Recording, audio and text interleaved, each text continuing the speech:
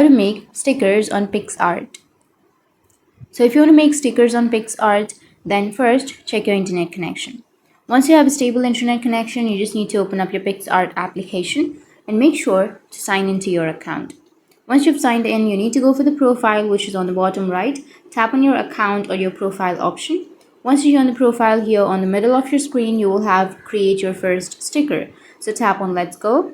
Once you tap on it, it will take you to the images option. So you just need to simply select an image of which you would like to make a sticker. So I'll be choosing one.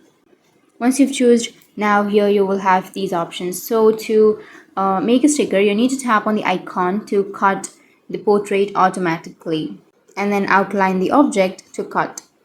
Now, the easiest way is you can simply go with the brush option, and once you're here on the brush, you need to simply select the area that you would like to make a sticker of. So simply select the area.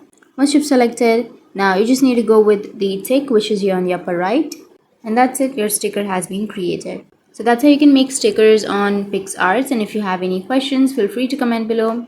Thanks for watching.